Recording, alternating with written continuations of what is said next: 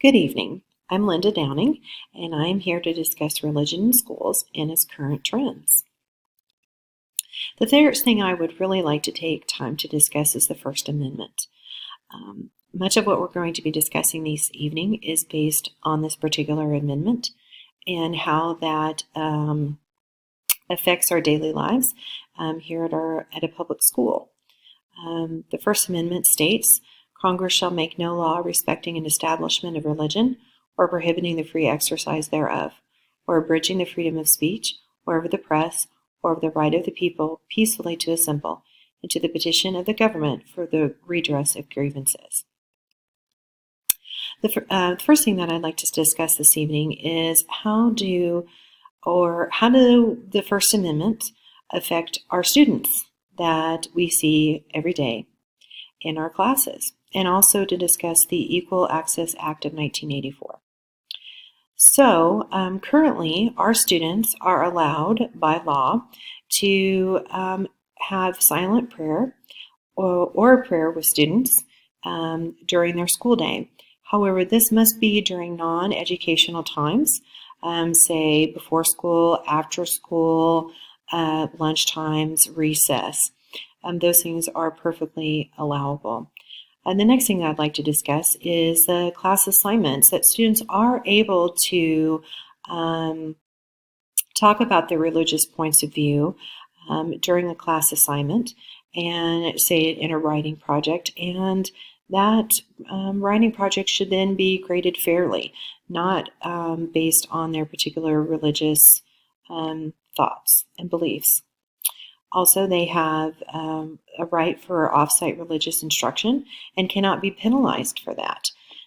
They do have also the ability to create religious groups of their own and have the right to do that in our school, in a school setting, also obviously during non-instructional times. Those groups also should be afforded the same rights that are given to other groups that our students are involved in, say Boy Scouts or Girl Scouts. If those groups are allowed to use our buildings in off hours, then those rights those privileges should also be awarded to religious groups that are set up by students. In moments of silence, students can obviously, that's their choice, whether they choose to pray or not. If we choose to have a moment of silence for some, for some particular reason. Now, their parents can also ask for religious excusals from, let's say, they don't agree in a particular curriculum that's being given or being taught that at the time, then those parents and students have a right to have those excusals. And they can read religious literature. That is particularly up to them. And that is really the whole point and movement about students and their ability to pray in schools. That really needs to come from their decision and should not be directed by staff or personnel. That leads us next into the thing that we're talking about next, which is talking about staff. Staff also have the right under the First Amendment to pray at school during instructional times, say on their lunch hour or before and after school, or in their non-contract time. Another thing is they are either not allowed to encourage nor discourage prayer. So it cannot be that they choose to pray with their students in class, but nor can they discourage students from praying if they choose to.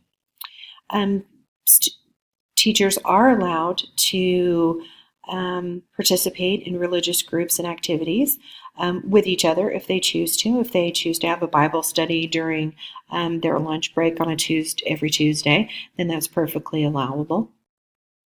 They can belong to religious groups that are outside of school and are allowed to lead those groups and are allowed to use public facilities or our school buildings as long as those there are other groups that do so.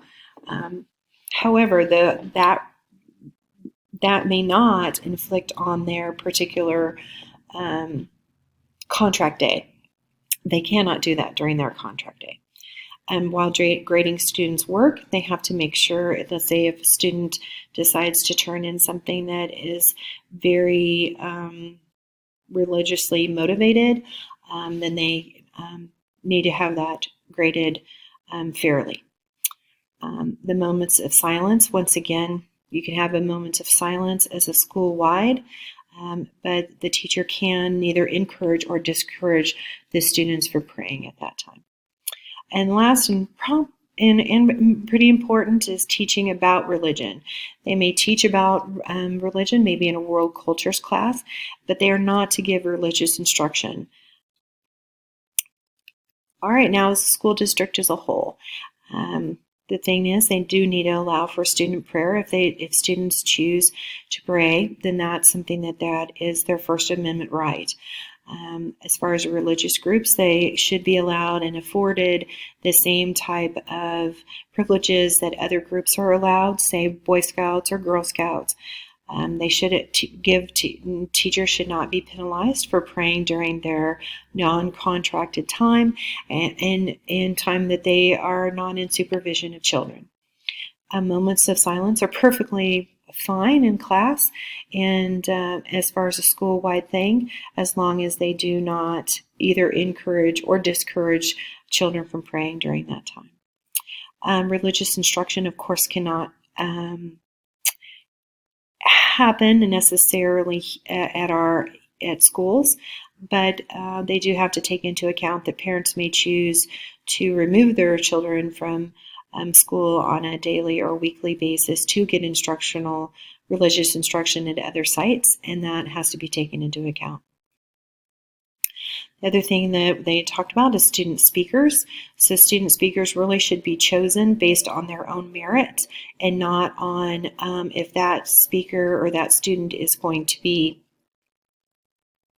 speaking whatever belief that the administration believes in, whether it's Christianity or Judaism, then that student speaker needs to be based on their own merit, not their own religious beliefs. Graduation prayer is really not something that a school district should be doing during graduation. You're kind of on thin ice there.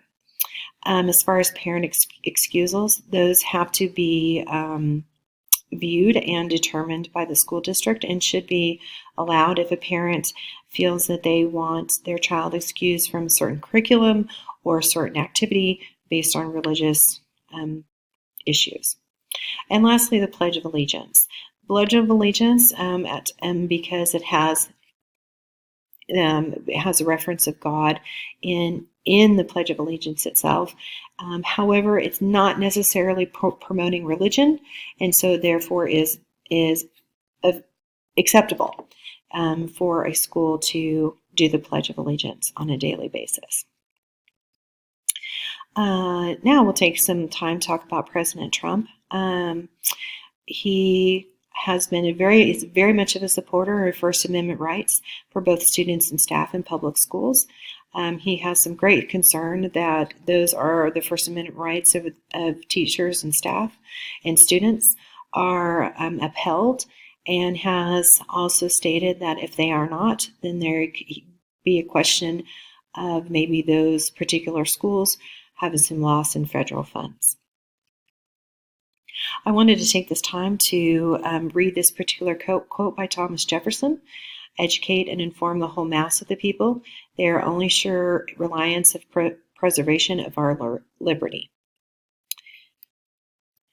All right, well, and here are my references that I used for this particular presentation for you this evening.